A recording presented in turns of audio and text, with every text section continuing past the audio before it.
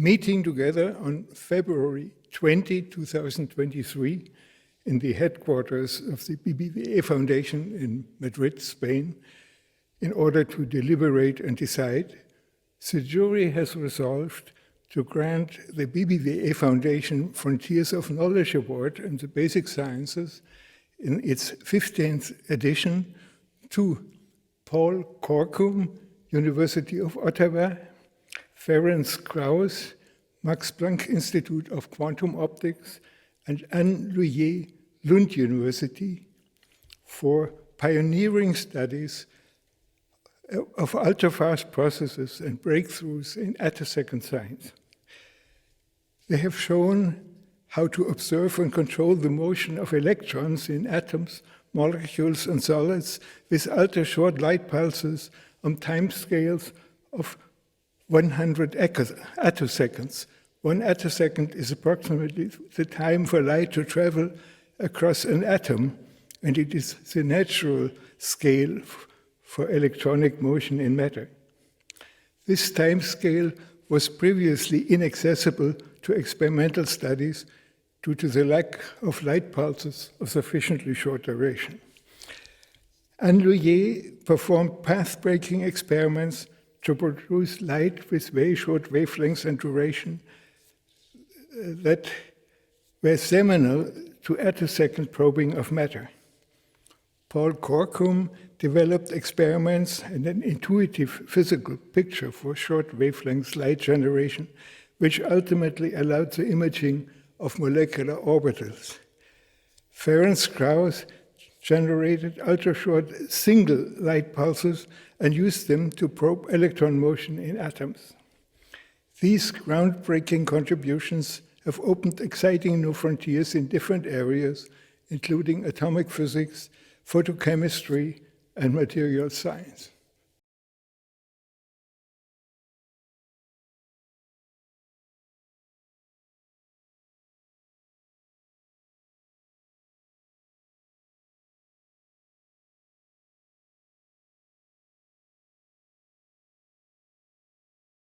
Could you define the field of attosecond physics and why it's so scientifically valuable to observe the motion of electrons at this timescale? So let me begin by saying what an attosecond is. It's incredibly short.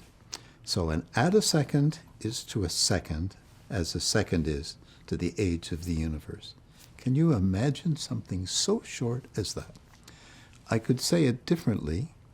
An attosecond is a billionth of a second, and you take one of those billionth of a second and a billion again, and that's an attosecond. A billionth of a second is 1 attosecond. Now, electrons move on the time scale of attoseconds. You sort of know that because they go such short distances in, say, atoms and molecules, and they're very light, so they move very fast, and the forces on electrons are really strong. And so they change their environment in a few tens of attoseconds. And so if you want to look at electrons and you want to see what happens to them, then you need attosecond science. For example, you might try to do something to an atom, and how fast do all the electrons respond to that? How fast can they get in? And that's the fastest time scale that electrons are able to have in materials. Could you explain your specific scientific contribution to this field of research and its importance for its development? I think it's for the model of how you make attosecond pulses, and it's incredibly simple, so I can explain it to you, an audience that probably doesn't know about attosecond science to start with. So I do it by an analogy. I grew up by the ocean in New Brunswick. And so you may not have grown up by the ocean, but probably everybody's been to the ocean, and you see seaweed on a rock. And you can watch a wave come in, and it picks up the seaweed, and it moves it up, and it brings it back down again, and it crashes into the rock from which it left. So that's the analogy of how attosecond pulses work. Imagine an atom, that's the rock. Along comes a light wave, that's the wave, it's a wave of force on an electron, just like a water wave is a wave of force on a seaweed. It pulls the electron away from the atom, but then it drives it back again, and it crashes into the atom from which it left. And in that crash, you create an attosecond pulse, or maybe a few tens of attoseconds. And that's how it's done. It's that simple. And what potential applications do you foresee that attosecond physics could bring in the future? It's hard to see the future, so you don't really know, really. I think one thing to think about is we've learned to make attosecond pulses in atoms. We've learned to do it in molecules quite quickly after atoms. More recently, we've learned that attosecond pulses can be created in solids. Solids like a piece of glass, solids like a semiconductor or something like that.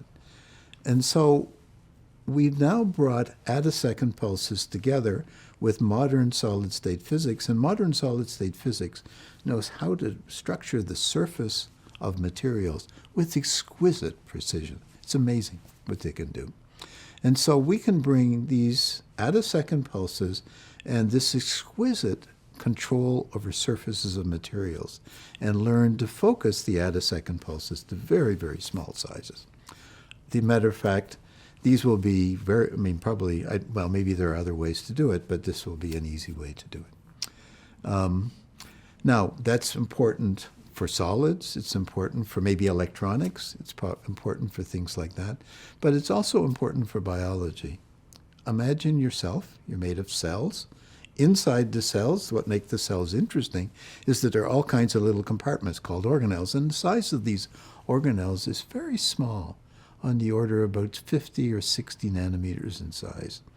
And so if we can make foci of material that are 50 and 60 nanometers, all in short pulses, and we can take material out of the cell and put it in the vacuum and measure it with conventional means, then we have a way of looking at cells in a way that we've never been able to before. And so possibly the implications were strong for biology.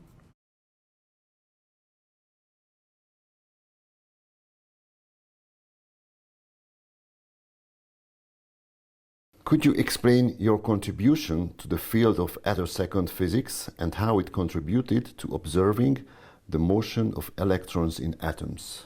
We have pushed the frontiers of ultrafast laser science to its ultimate limit by generating pulses of laser light that consists of a single wave cycle of the electromagnetic field.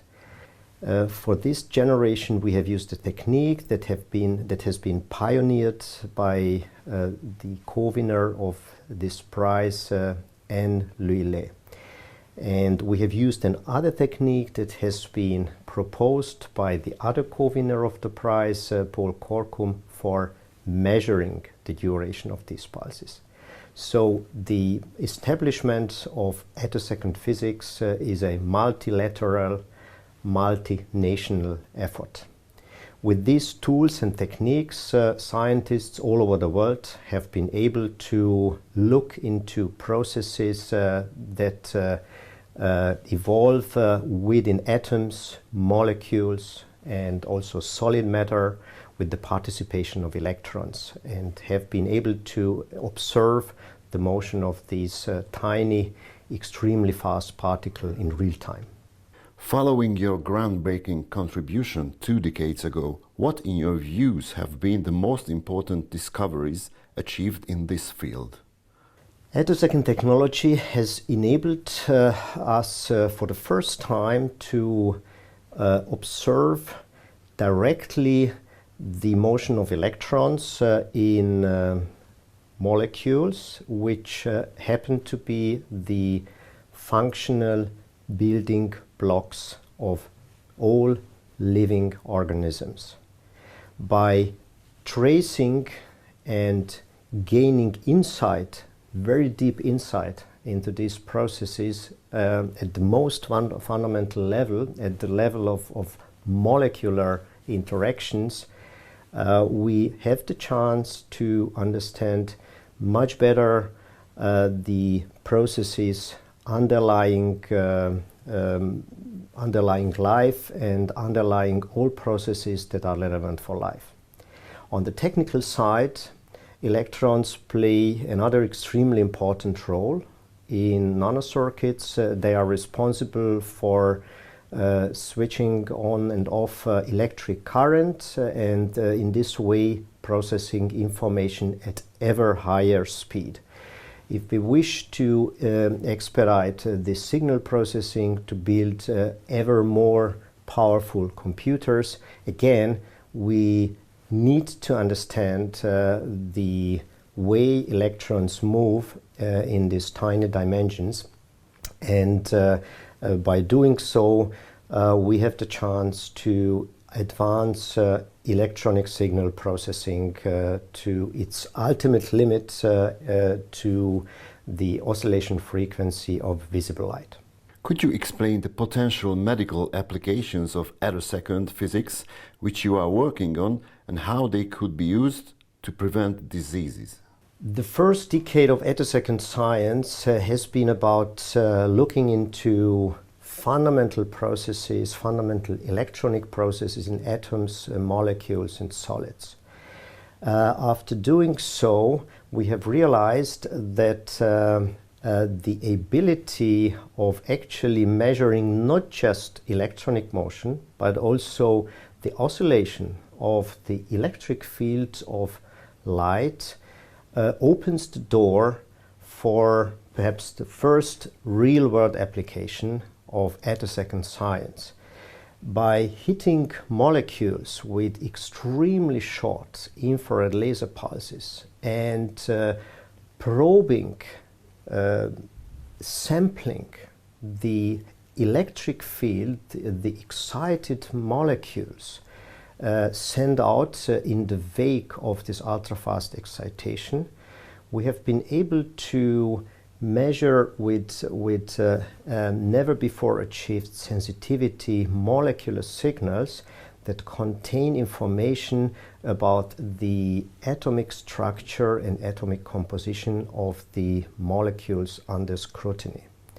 We have been using this technique for scrutinizing tiny minuscule changes of the molecular composition of human blood and use this ability to distinguish blood samples of cancer patients from blood samples of healthy individuals, and recognized that we can indeed detect reproducible changes in this infrared electric field molecular signal, and we have been able to use this for distinguishing actually persons who carry the tumor in their body from those who happen to be healthy. In this way, we may be able to actually detect all kinds of cancer, but most probably also a number of other diseases, opening the door for a broadband health monitoring by using infrared molecular fingerprinting.